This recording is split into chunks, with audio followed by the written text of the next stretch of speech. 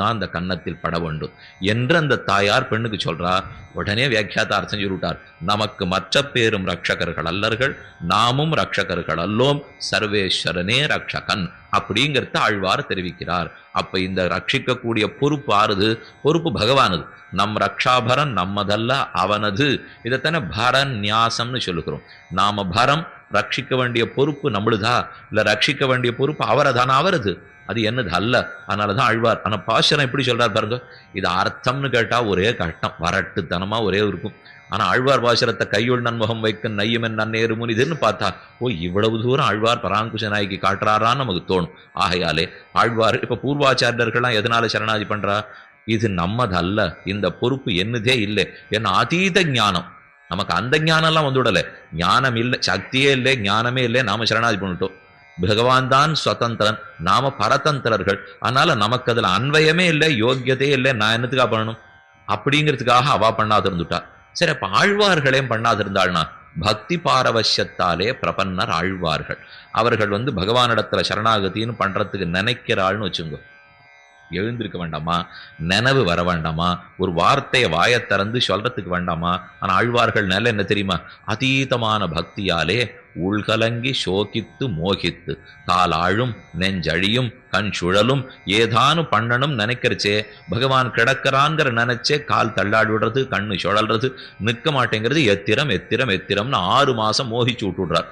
இப்படி பக்திக்கு பரவசப்பட்டு போயிருக்கிற ஆழ்வார்கள் போய் சரணாகதிங்கிற உயர்ந்த சாஸ்திரத்துக்கு அவர்கள் மற்ற ஏதையும் பக்தியை பண்றதுக்கு முடியுமா? இவர்களால ஏன் பக்தி பண்ண முடியல? ஏன் கர்மஜான யோகத்தை பண்ண முடியலன்னா, பக்தி செய்யறது கஷ்டம், நிறையவே வேலை பார்க்கணும். நாள் முழுக்க மன்மனா பவ மத் பக்தா மத்யாஜி மாம் நமஸ்குரு என் இது இத்தனை செய்தாத்தான் சததம் கீர்த்தயந்தா யதந்தச்ச திருடபிரதாக நமசந்தச்ச மாம் பக்தியா. இது இத்தனை செய்தத்தானே பக்தி யோகம்.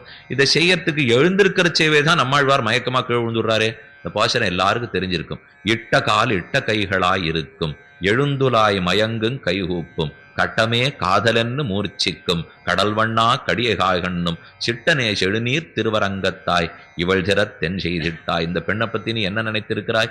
இட்ட கால் இட்ட கைகளாயிருக்கும், சிந்திக்கும் திசைக்கும் தேரும் கைகூப்பும், திருவரங்கத்துள்ளாயன்னும் வந்திக்கும், ஆங்கே மழைக்கண் நீர் மல்க கண்கள்லேருந்து ஜலஜலமா கொட்டுறது, கை கால அசைக்கிறதுக்கு முடியல.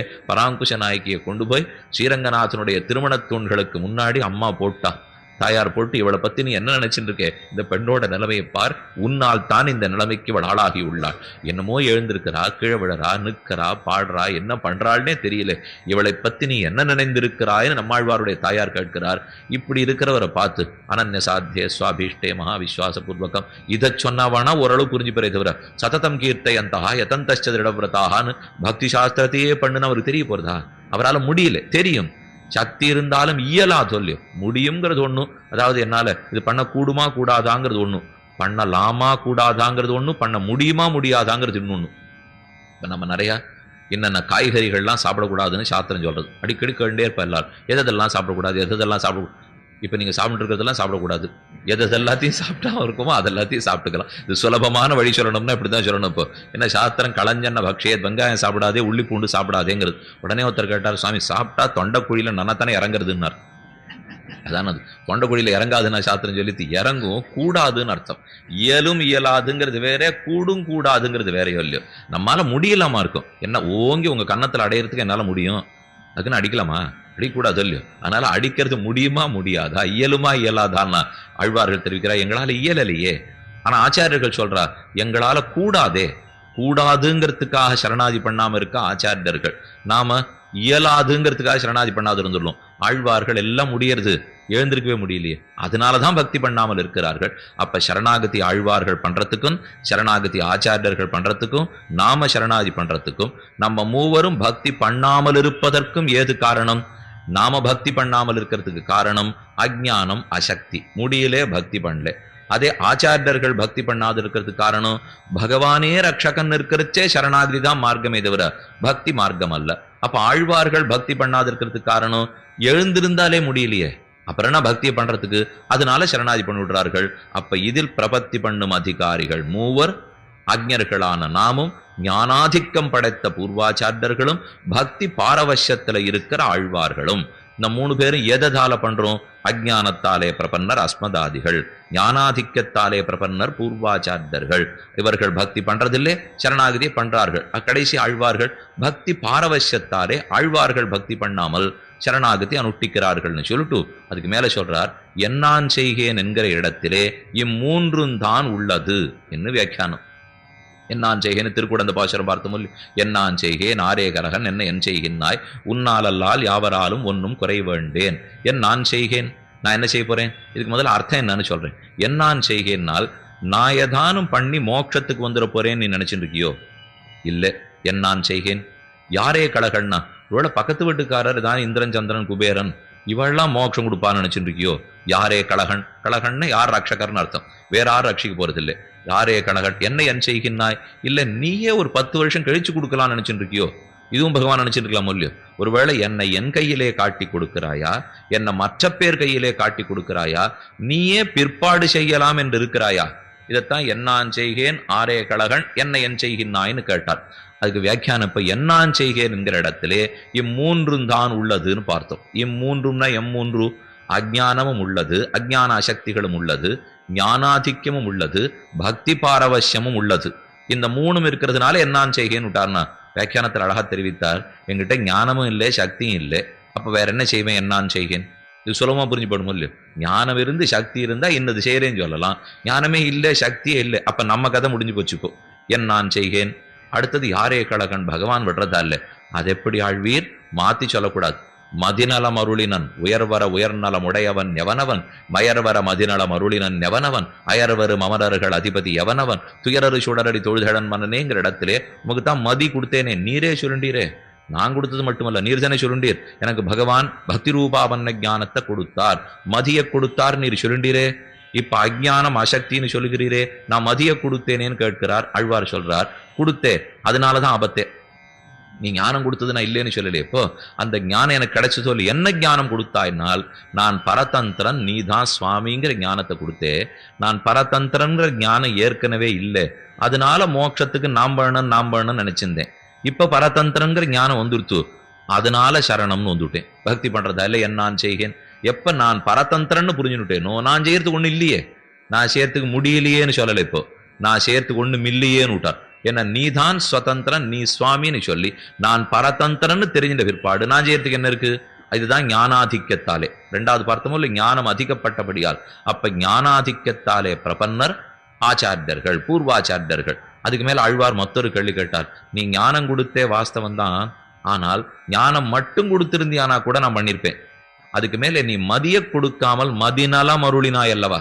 மதிநலம்னா மதினா ஞானம், நலம்னா பக்தி. மதிநலம்னா பக்தி ரூபாபன்ன ஞானம்னு அர்த்தம். வெறுமனே ஞானத்தை கொடுத்திருந்தா கூட நான் பண்ணிருப்பேன். ஆனா அந்த ஞானம் முதிர்ந்த பக்தியை கொடுத்தபடியால என்னால பண்ண முடியாது. படுத்தே பக்தி பாரவசியத்தாலே பிரபன்னர் ஆழ்வார்கள். அதனால கேட்கிறேன், இப்ப என்னான் செய்கேன். அப்போ ஞான சக்தியே இல்லே, என்னான் செய்கேன். அதீத ஞானம் வந்துருத்து, நீதான் எல்லாம் செய்யணும்னு நினைச்சுட்டேன், என்னான் செய்கேன். அதீத பக்தி வந்துருத்து, பண்ணவே முடியல, என்னான் செய்கேன். என்னான் செய்கேன் ஆரே கழகன் என்ன என் செய்கின்றாய், உன்னால் அல்லால் யாவராலும் ஒன்றும் குறை வேண்டேன். உபாயம் நீ, நம் கையில் அந்த உபாயம் இல்லை, நீதான் மேல் விழுந்து நம்ம கொள்ள வேண்டுமே தவிர. யோசித்துப்பார், உன் ஸ்வரூபத்தை பார்த்தாலும் நாம் பண்றதுக்கு ஒண்ணுமில்லை, என் ஸ்வரூபத்தை பார்த்தாலும் நாம் பண்றதுக்கு ஒண்ணுமில்லை, விரோதி ஸ்வரூபத்தை பார்த்தாலும் நாம் பண்றதுக்கு ஒண்ணுமில்லை. அப்படின்னா நான் இதுக்கு இன்னொன்னு நம்பணும்ப்போ, எப்போ உன் ஸ்வரூபம் ரக்ஷகங்கிற ஸ்வரூபமோ உபாயங்கிற ஸ்வரூபமோ, அப்போ உன்னை நம்பி இருக்கிறவன் நான் மற்றொன்னு நம்ப வேண்டிய அவசியம் இல்லை. உன்னை பார்த்தாலும் என்னை பார்த்தாலும் விரோதியை பார்த்தாலும் நான் செய்வதற்கு ஒன்றுமில்லை. ஆகையாலே நாம பண்றதுக்கு எப்போ ஒண்ணுமே இல்லையோ, நம்ம எதையான பண்ணோம்னு வச்சுங்கோ. இந்த உள்ள இருக்கிறவருடைய வாதம் எதுன்னா, எத்தையானு நான் பண்ண போனா அதை பகவான் உபாயம்னு வச்சுட்டாருன்னா என்ன பண்றது? இது ஆழ்வார்களுக்கு எப்பவுமே மனசுல ஒரு பயம். என்ன உபாயம்ங்கிறது, உபாயாந்தரம் உபாயம்னு 2, இதையும் மனசுல வாங்கிக்கோங்க. கர்மயோகம் ஞான யோகம் பக்தி யோகம்ங்கிறதெல்லாம் உபாயாந்தரம், வேறு உபாயங்கள். பகவான்கிறவர் தான் உபாயம். சித்தோபாயம்னா பகவான் திருவடிகளையே உபாயமாக பற்றி போதல். நேற்றுக்கு சொன்னேனே, 18 மாடி கட்டடத்துக்கு மேல அப்படி அழகா புஷ்பக விமானம் மாதிரி ஏறி போறதுக்கு ஒரு உள்ளு கட்டி வச்சிருக்கா. போய் அதில் இருக்கிற கதவை சாத்தின்னு பொத்தான அமைக்கணும்னா அப்படியே மேலே கொண்டு போய் விட்டுறது இல்லையோ. 18 படி கட்டப்பட்டு நாம ஏறணும் 18 மாடினா அது உபாயாந்தரம். கர்மயோகம் ஞான யோகம் பக்தி யோகத்தை போலே இதுல ஏறி உட்காந்து விடாம கதையை கூட வந்தவாளோட பேசிண்டே மேல படுறோம் இல்லையோ, அதுக்கு தான் சரணாகதி பிரபத்தி, பகவானே சித்தோபாயம்னு அர்த்தம். அதுக்குன்னு இங்கே அதே மாதிரி கதை பேசிட்டு கூடாது. பேசலாம், பகவத் கதையை பேசிட்டு என்ன நடக்கிறதுனே தெரியாத மோட்சத்துக்கு போயிடலாம். பகவானை பத்தி பேசிண்டே ஒண்ணுமே செய்யாம மோட்சத்துக்கு போடுறோம் இல்லையோ. ஆனாலே இது பக்கம் சித்தோபாய ஸ்வீகாரம் சுலபமானது, ஆனா கட்டமானது சாத்தியோபாயம். அப்படி இருக்கிறச்சே சித்தோபாயத்தை தானே பட்சணம் வாஸ்தவம். மற்ற ஏதுனாலும் நமக்கு அன்வயம் வந்ததுன்னு வச்சுங்கோ, நான் நானே ரட்சிச்சுக்கிறேன்னு ஒரு துளி எண்ணம் வந்தாலும் பகவான் ரட்சிக்க வரமாட்டார்.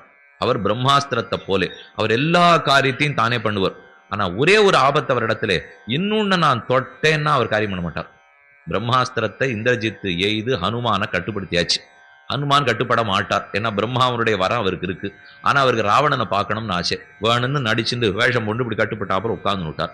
இந்திரஜித்து சரி கட்டுப்படுத்திட்டோன்னு நினைச்சுட்டான். அடுத்தது ஒரு பைத்திகார்த்தனமா காரியம் நடந்தது.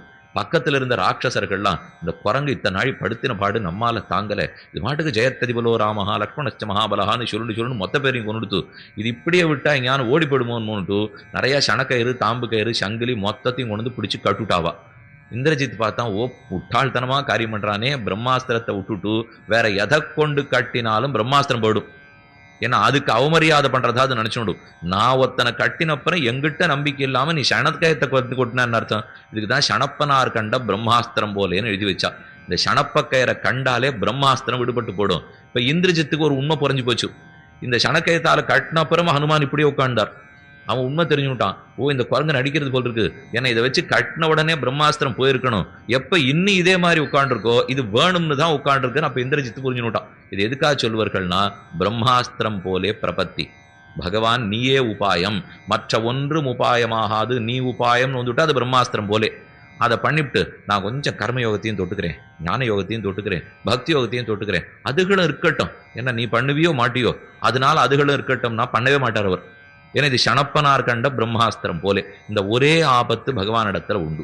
நாம ஏதானும் பண்றதா நினைச்சுட்டு பண்ண போய் அதை பெருமாள் உபாயம்னு முத்திரை குத்திட்டார்னால் அப்புறம் அந்த உபாயத்தை பத்தினு தான் வரணும். அது எந்த ஜென்மமோ நமக்கு தெரியாது, அது இந்த ஜென்மத்தில் கிடைக்குமோ எந்த ஜென்மத்தில் கிடைக்குமோ. அதனால ஆழ்வார்களுக்கு ஒரு பயம் எப்பவுமே உண்டு, ஓ உபாயாந்தரத்துல நம்ம பண்றதை சேர்த்துட போறாரே. என்ன அப்படி என்ன பண்ணிவிட்டாள்னால் தூது விடுகிறார்கள், அனுகாரம் பண்ணுகிறார்கள், ஊடுகிறார்கள், மலடெடுக்கிறார்கள், இத்தனை மன்றாளொலி பிரணய ரோஷத்தோட பாடுறா, ஊடல் திறத்துல பாடுறா, மடல் எடுக்கிறார்கள், குயில் காலில் விடறா, மயில் காலில் விடறா, காமதேவன் காலில் விடலா, நோன்பு நோக்கிறா. அப்ப இத்தனையுமே உபாயாந்தரம் ஆயிடுதுன்னா அப்ப இதை நீங்க பண்றபடியாலே ஆண்டாள் நன்று நன்று நன்றாக செய்தி, நீங்க இந்த நோன்பையே நோத்து மோட்சத்துக்கு வந்துங்கோ, என்ன ஒண்ணு சித்தோபாயமா பற்றவே வேண்டாம்னு சொல்லிட்டா. இதுதான் ஆழ்வார்கள் உள்ளத்துல பயம். இப்ப உள்ள படக்கிறவ உள்ளத்திலையும் அதான் பயம்.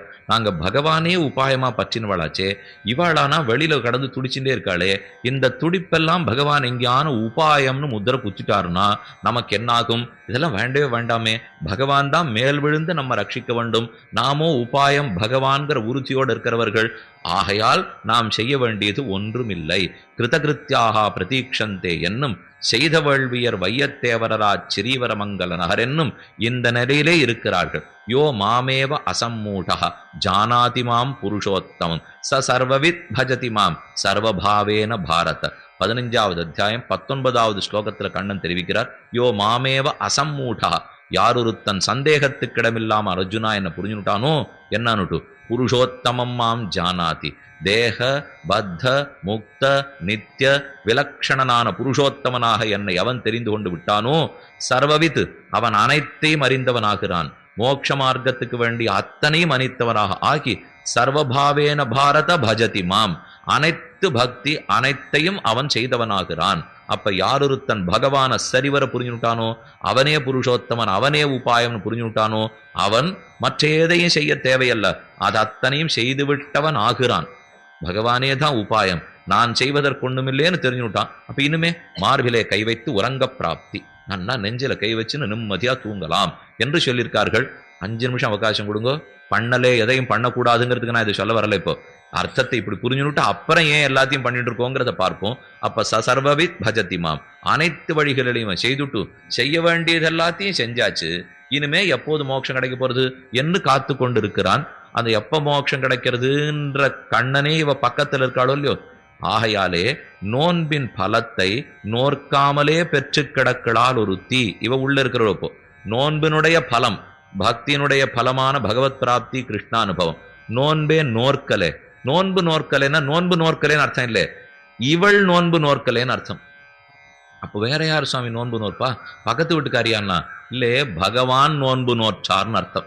எப்ப பகவானையே சித்தோபாயம்னு பற்றி கொண்டாலோ அப்ப நீ உபாயம்னா யார் நோன்பு நோக்கணும்? பிரயத்தன் நீ தான் படணுமே தவிர நாம் படுறதுக்கு கிடையாது இல்லையோ. அதே சிவஜன மூலத்தில் தெரிவித்தார், உபாயத்துக்கு வேண்டுவது 3 தேவைன்னு சொன்னார். 3 விஷயம் குலைஞ்சு பண்ணுமா. சக்தியும் லஜ்ஜையும் யத்தனமும் குலைய வேணும். பகவானே உபாயம் நாம பிடிச்சுனுட்டோம்னால் நம்ம சக்தி குலைஞ்சு போடணும். எங்கிட்ட சக்தி இருக்குன்னா அது அப்புறம் அதை உபாயமா வச்சுக்கேன்னு சொல்லிடுவார். அடுத்து பிரயத்தனம், நாம நம்ம ரட்சிக்கிறதுக்கு பிரயத்தனம் பண்ணக்கூடாது. லஜ்ஜை, பகவான் உபாயம்னு நம்பிட்டு மற்றதெல்லாத்தையும் இப்ப விட போற மொழியோ அப்ப ஊர் பரிகாசம் பண்ணும்.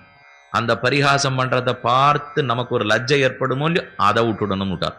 அப்ப சக்தியும் விட வேணும், லஜ்ஜையும் விட வேண்டும், பிரயத்தனமும் விட வேண்டும். இது இருந்தா தான் பகவான் உபாயம்ங்கிற உறுதியோட மேல நம்மால பிரயாணப்பட முடியும். பிராபியத்துக்கு அதே பகவான் உபேயம், அனுபவிக்கப்பட வேண்டியவர், புருஷார்த்தம் என்கிற என்ன வருது. பிராபகம் உபாயம்னு சொன்னா அடைவிக்கும் வழின்னு அர்த்தம். உபேயம் பிராபியம் புருஷார்த்தம்னு சொன்னா அடைந்து அனுபவிப்பதேதோ அதுன்னு அர்த்தம். இப்ப பகவானை தான் அனுபவிக்கணும், அவர் தான் உபேயம்னு வந்தால் அப்ப என்னென்ன என்ன தெரியுமா வேணும்? பிரேமமும் தன்னை பேணாமையும் தரியாமையும் வேணும்னு சாதித்தார். பிரேமம் வேணும், பகவானுக்கு மேல மேல மேல கைங்கரியம் வேணுங்கிற எண்ணம் வேணும்.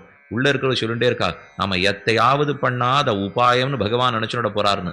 வெளியில இருக்கிறவா சொல்ல அப்படின்னு சொல்லிட்டு கைங்கரியம் பண்ணாம இருந்தா சேஷத்துவமே போடும், பண்ணணுங்கிறா. இப்ப இது 2 தான் 2 பேருக்குள்ள பேச்சு. இப்போ நீ எத்தையானு பண்ண போய் நீங்க பாட்டு காலங்காத்தால எழுந்திருது மார்கழி பாடி வையம் பாடி ஓங்கி பாடி இதெல்லாம் பாடுறதுக்குள்ள இதை பாடியே ஆண்டாள் மோட்சத்துக்கு வருவர் போல் இருக்கு. வந்துகிட்டோம்னு அவர் பிரம்மாஸ்திரமா இங்கே நகர்ந்துட்டு போயிட்டார்னா இது உள்ள இருக்கிறவளுக்கு பயம். அதெல்லாம் அன்வையாது. அனுஷ்டானமும் அனனுஷ்டானமும் உபாய கோஷ்டியில் அன்வையாது. வியாக்கியாதா ரொம்ப ஆச்சரியமா தெரிவித்தார். நான் அனுஷ்டிக்கட்டும் அனுஷ்டிக்காத போட்டோம். அனுஷ்டித்தல் கைங்கரியத்தை நிறைய பண்ணுதல், அனுஷ்டிக்காமல் இருத்தல் என் சக்தியை நம்பாமல் விட்டு விடுதல், இது 2 உபாய கோட்டியில சேராது. இப்ப சக்தியை விட்டுட்டோம் இல்லையோ, பகவான் அடையறதுக்கு நாம ஏதும் செய்யக்கூடாதுன்னு சொன்னார். அப்ப ஏதும் செய்யக்கூடாதுன்னா நம்ம சக்தியை விட்டுடணும், ஞானத்தை விட்டுட்டோம்னு அர்த்தம். சக்தியை விட்டோம்னு ஒண்ணு செஞ்ச மொழியோ. ஒரு சூக்ஷ்மமான கேள்வி பாருங்க. நாம பகவான் தான் ரக்ஷகன், நான் ரக்ஷகன் அல்ல, நான் ரக்ஷகன்ற எண்ணத்தை விட்டுட்டேன், நான் ரக்ஷகன் எனக்கு சக்தி இருக்குங்கிறதையும் விட்டுட்டேங்கிறத பண்ணேன் இல்லையோ. எதையும் பண்ணக்கூடாது, பகவான் தான் உபாயம்ங்கிறது தானே உண்மை. அப்ப நான் சக்தியை விட்டதும் பண்ணத்துல சேர்ந்துருமோ?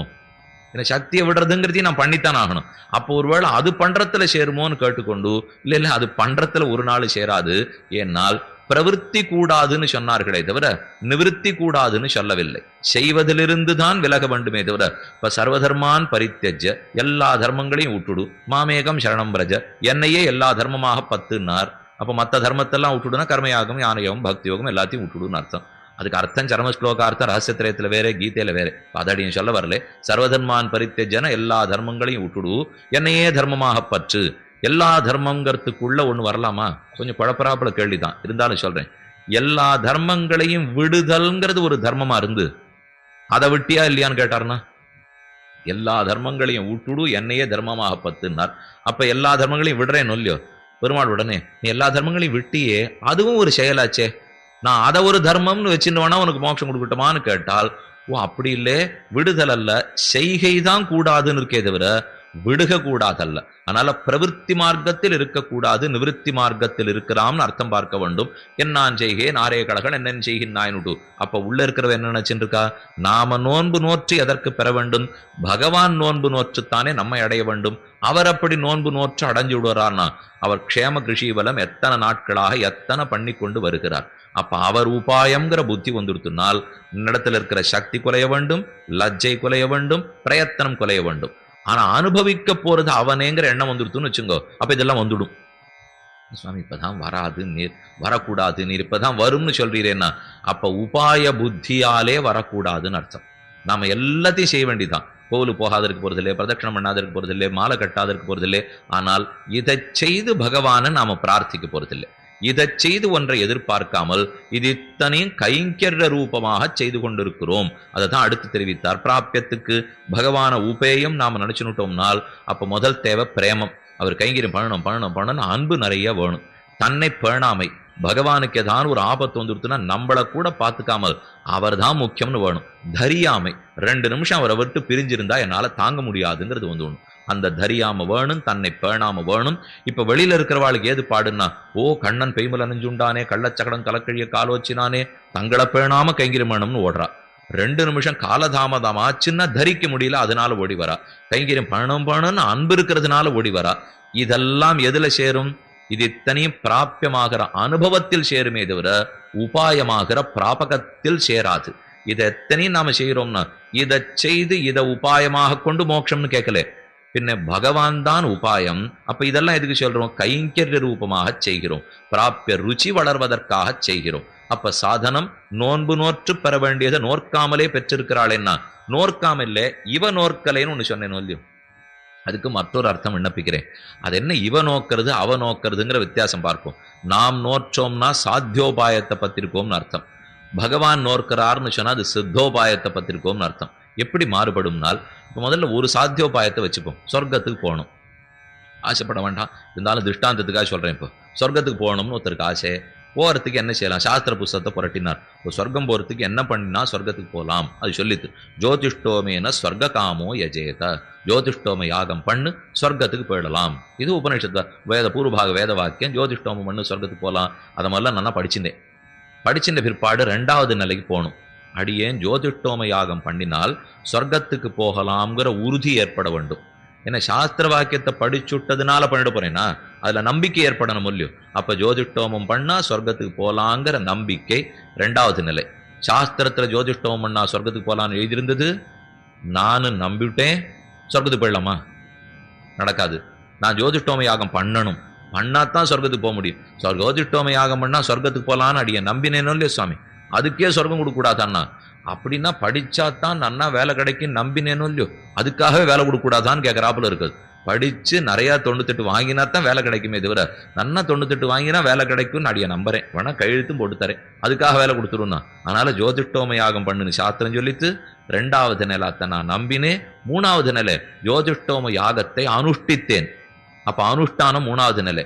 4வது நிலை அதன் பலமான ஸ்வர்க்கத்தை அனுபவித்தேன். இது 4வது நிலை. இப்ப இந்த 4த்துக்குள்ள எது உபாயம் சொல்லுங்க? முதல்ல சாஸ்திரம் ஜோதிஷ்டோம யாகம் பண்ணுன்னு விதிச்சது, அதுவா உபாயம்? விதி எப்பவுமே இருக்கு, அது இருந்ததுக்காகலாம் நான் மோட்சம் போறது இல்லை, அதனால விதி உபாயம் அல்ல. 2வது நிலை நான் அதை நம்பினேனே, அது உபாயமானா அப்பனா நம்புறவன்லாம் போயிட்டு இருக்கணும் அப்படின்னு தெரியல, அதனால 2வது நிலையும் உபாயம் அல்ல. அப்ப 3வது நிலை தானே உபாயமாறுது. ஜோதிஷ்டோம யாகத்தை அனுஷ்டித்தேன் இல்லையோ, அனுஷ்டிக்கை உபாயமாக ஆகிறது, அதனால நான் சொர்க்கத்துக்கு போயிடுறேன். அதுக்கப்புறம் மேல போறேன், அனுபவிச்சேன், அது பலமாயிடும். அப்ப உபாயம்ங்கிறது ஜோதிஷ்டோம அனுஷ்டானம், பலம் ஸ்வர்க்க அனுபவம். அதுக்கு முன்னாடி இருக்கிறது நம்பிக்கை. நம்பிக்கை பிறந்தது சாஸ்திர வாக்கியத்தாலே. இந்த 4 தெளிவா இருக்கா? சாஸ்திர வாக்கியம் முதல்ல விதிச்சது, நான் அதை நம்பிவிட்டேன், இதேதான் உபாயம், ஜோதிஷ்டோம யாகம் பண்றதுதான் சொர்க்கம் போறதுக்கு உபாயம் அப்படின்னு நான் நம்பிவிட்டேன். 3வது நான் ஜோதிஷ்டோம யாகத்தை பண்ணினேன். 4வது சொர்க்கத்தை அடைந்து அனுபவிச்சுட்டேன். இந்த 4 வார்த்தையும் சரியா இருக்கு. இப்ப இதே போல சரணாகதி மோட்சத்துல வச்சு பார்ப்போம். இது சாதாரண ஒரு லோக விஷயத்துல சொல்லிட்டேன். இப்போ சொர்க்கம் போறதை பத்தி பார்த்துனுட்டோம். இதை போல சரணாகதியை பத்தி எது சொல்லுகிறது? சாஸ்திரம் விதிக்கிறது. இப்போ பகவானை உபாயமாக பற்றினால் மோட்சம் போகலாம், இது சாஸ்திர வாக்கியம் சொல்லிடுச்சு. முமுக்ஷுர்வை சரணமகம் பிரபத்தே, முமுக்ஷுவான நான் மோட்சமடைய ஆசைப்பட்டு பகவானை சரணமாக பற்றலாம். பக்தியா பரமயாவாபி பிரபத்தியாவா மகாமதே, பக்தியாலோ பிரபத்தியாலோ மோட்சத்துக்கு போகலாம். அப்ப முதல் வாக்கியம் என்ன? ஈஸ்வரனை உபாயமாக பற்று, மற்றொன்றும் உபாயமாகாது, அவனே உபாயம், அவனை சித்தோபாயமாக பற்றினா மோட்சத்துக்கு போயிடலாம். இது முதல் வாக்கியம். இதாடிய நம்பன மூல்யம் 2வது வாக்கியம். ஏன்னா இதுல உறுதி ஏற்பட்டா தான் எனக்கு மோட்சம் கிடைக்கும். எப்படி? சாஸ்திரம் சொன்னதுக்காக நான் நம்பணும்னு இல்லையே. ஏன்னா சாஸ்திர வாக்கியத்தை நம்புற ஒரு கோட்டி இருக்கு, நம்பாத ஒரு கோட்டி இருக்கு. சாஸ்திரமே பொய்னு நேர பேசிட்டே இருக்கிற மற்றொரு கோட்டி இருக்கு. அப்ப எனக்கு அதுல நம்பிக்கை ஏற்பட வேண்டும் இல்லையோ. இதுதான் 2வது நிலை. இப்போ நான் நம்பிவிட்டேன், ஈஸ்வரனே சித்தோபாயம், இது 2வது. இந்த 2வதுக்கு மேல 3வது நான் ஏதாவது ஒண்ணு பண்ணணும் இல்லையோ. பண்றது எதை பண்றது? இப்போ ஈஸ்வரனே சித்தோபாயம்னு நம்பிவிட்டேன்னால் அந்த நம்புவ